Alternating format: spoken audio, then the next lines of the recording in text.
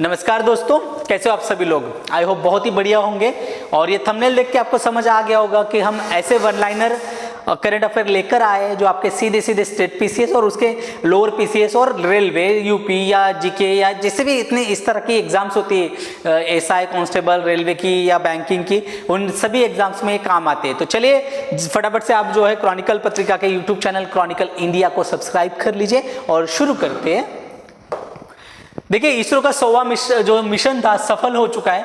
मैंने आपको बताया भी था इसरो का 100वां मिशन जाने वाला है। 100th मिशन ऑफ इसरो ये ऑलरेडी सक्सेसफुली लॉन्च हो चुका है।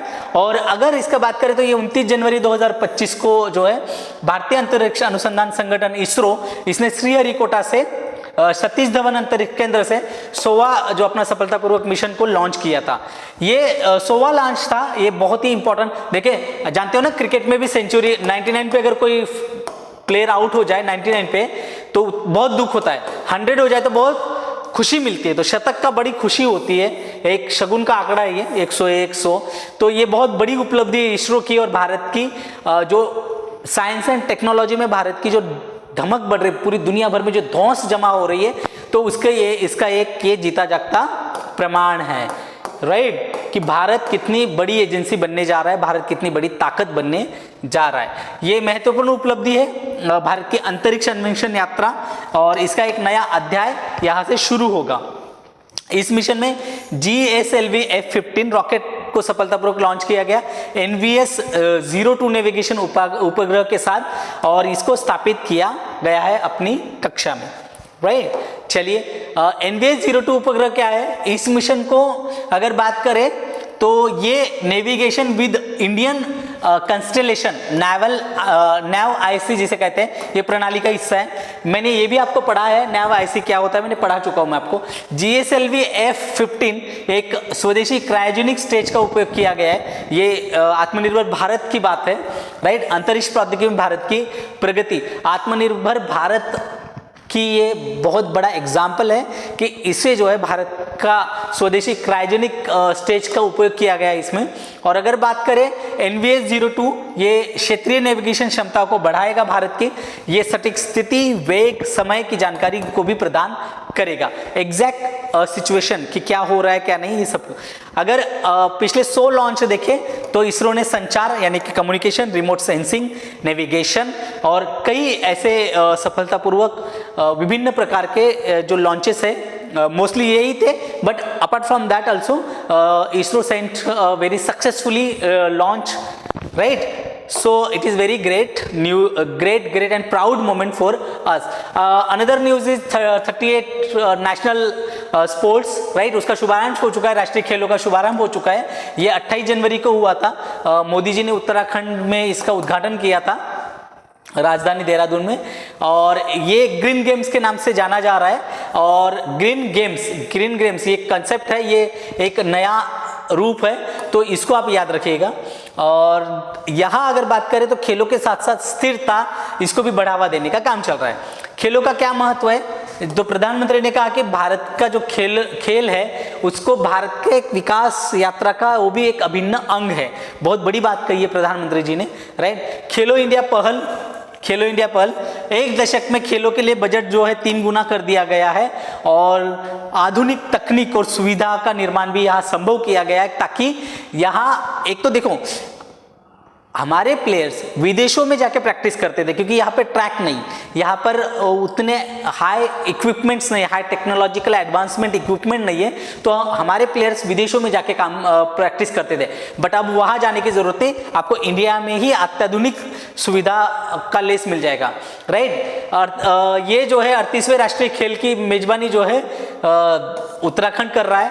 राष्ट्रीय खेल की बात करें तो ये उत्तराखंड में ही सारे संपन्न होंगे। पहले ऐसा नहीं होता था, अलग अलग राज्यों में मिलके किया जाता था, दिल्ली में आता था। क्यों, उसका रीजन है, उत्तराखंड का रीजन है, ये जो स्पर्धा है सारी की सारी वो राज्यों में आयोजित करने वाला पहला राज्य बन गया है। क्योंकि पहले ऐसा होता था कि कुछ गेम्स के लिए दिल्ली आना पड़ता था, दिल्ली ही आना पड़ता था, बट उत्तराखंड ने कर दिखाया कि सारे के सारे गेम अपने ही राज्य में आयोजित कर दिए। इसकी मशाल का नाम है तेजस्विनी, मैंने आपको पढ़ाया भी था पहले एक बार।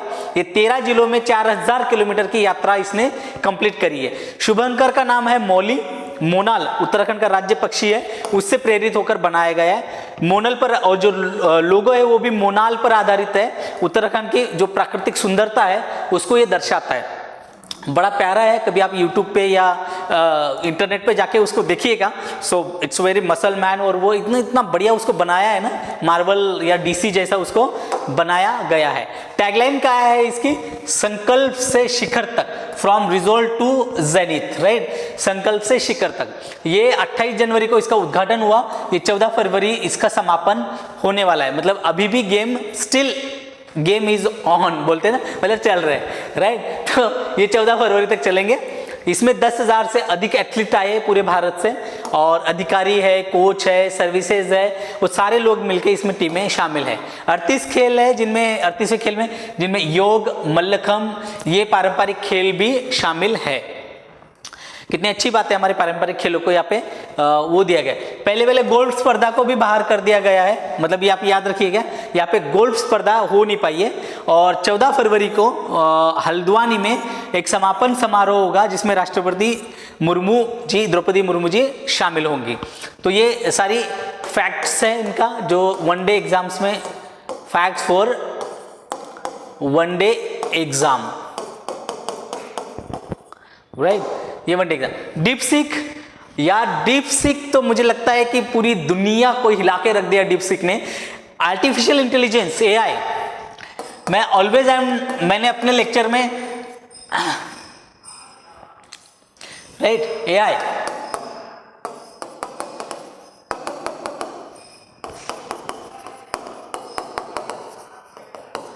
मेरा अपना एक भी दिन का लेक्चर ऐसा नहीं होता है जिसमें मैं AI का नाम नहीं लेता हूँ।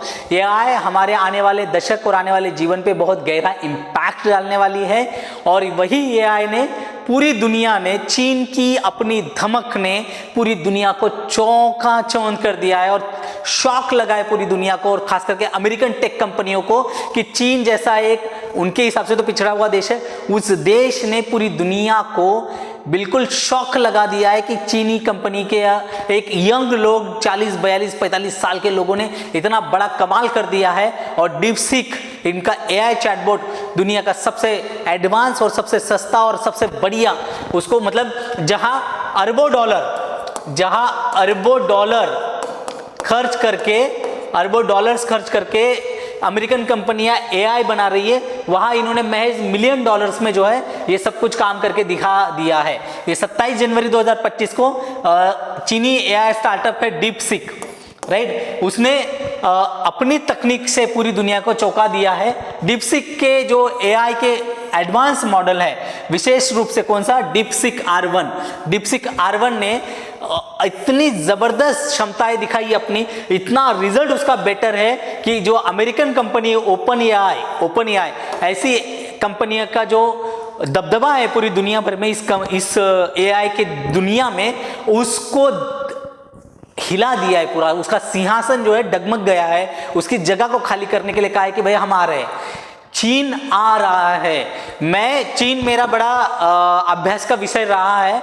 अगर चीन के ऊपर मैं आपको बताऊं तो मैंने प्रेजेंटेशंस भी दिए कई जगहों पर। चीन हमसे, अच्छा नहीं लगेगा आपको ये बात सुन के, पर चीन हमसे बहुत बहुत आगे चल रहा है।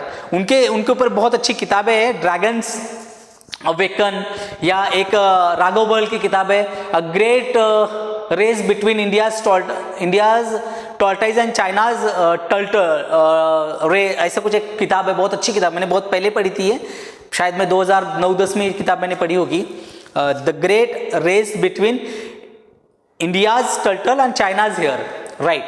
मैं चाइना को उन्होंने खरगोश कहा था और इंडिया को टर्टल कहा था। तो ये बहुत अच्छी किताब है, आप कभी अगर आपको समय हो तो आप जरूर पढ़िएगा उसको।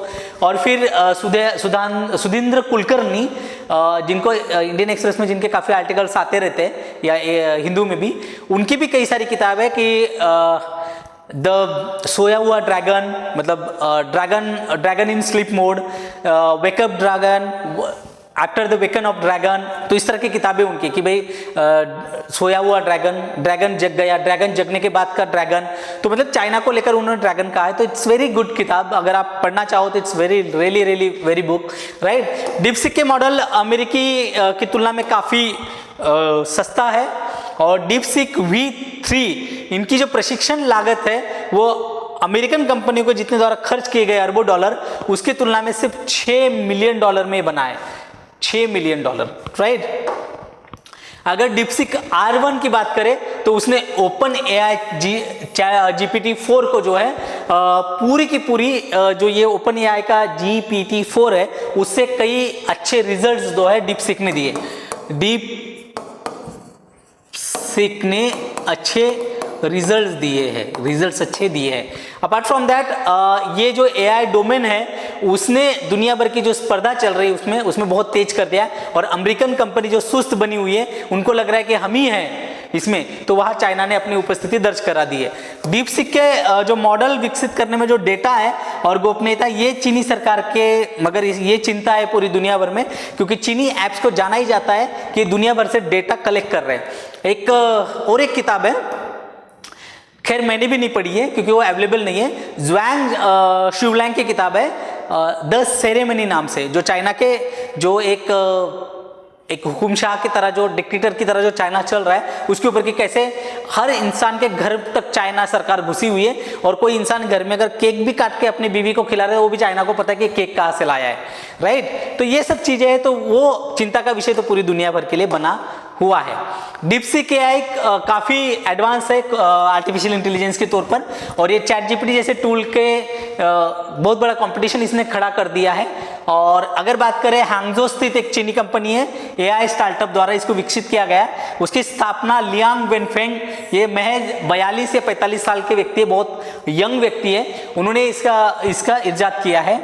और ये जो है AI के साथ बातचीत आप कर सकते हो, और साथ ही साथ ओपन सोर्स का उपयोग करने के लिए मुफ्त है। अगर आप अपने एंड्रॉयड फ़ोन की तरफ जाओगे तो वहाँ पे भी आपको ये मिल जाएगा एप्लीकेशन स्टोर पे, गूगल एप्लीकेशन स्टोर पे भी अवेलेबल है, राइट। और खैर अभी तो इसको यूज़ करने की ज़रूरत नहीं है। AI के कई कार्यों के लिए इसे डिज़ाइन किया गया है, जैसे ये प्रश्नों का उत्तर देता है, ये हमारे लिए ऐसे भी लिख सकता है, और जटिल प्रश्नों के में ये हमें सहायता भी करता है, ओके। डीपसीक V3 क्या है, ये दिसंबर 2024 के अंत में लॉन्च किया गया था।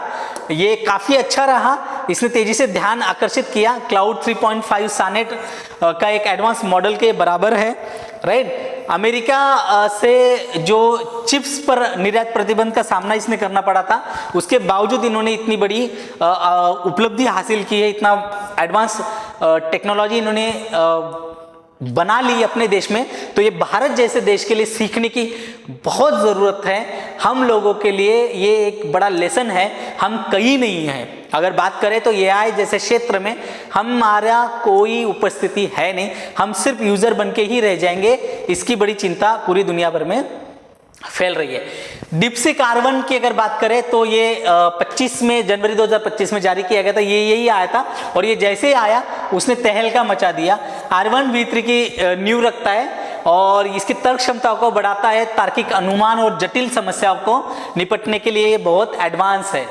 इसका कोई बेंचमार्क तो नहीं है, बट ओपन AI का जो 01 मॉडल है इसने उसको पीछे छोड़ दिया है।